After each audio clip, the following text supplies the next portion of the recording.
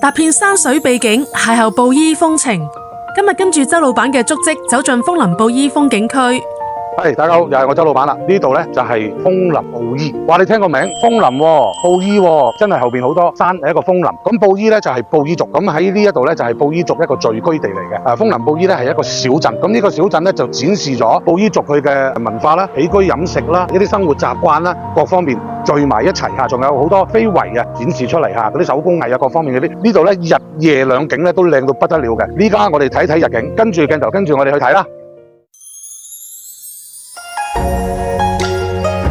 田園風光清新雅致，處處皆風景，盡情領略大自然嘅靈氣，感受獨特嘅布依風采。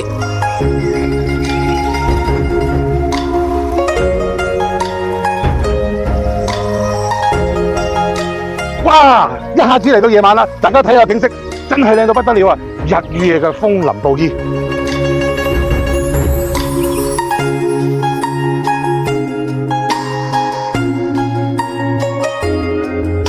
依家咧仲有咧好特色嘅打鐵花啊，係咪好精彩咧？啊，大家睇到，哇，好正！呢個咧喺國內嚟講咧係非常流行嘅。咁唔阻大家啦，慢慢睇啦。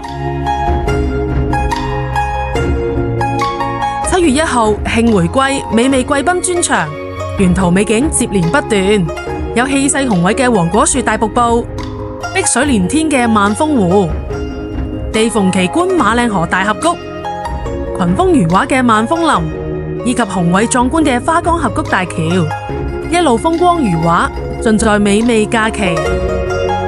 今期就講到呢度先，除咗 like、share 同訂閱我哋嘅頻道，記得幫手 like 埋我哋嘅 Facebook 專頁同埋開心分享群啊！下期再見。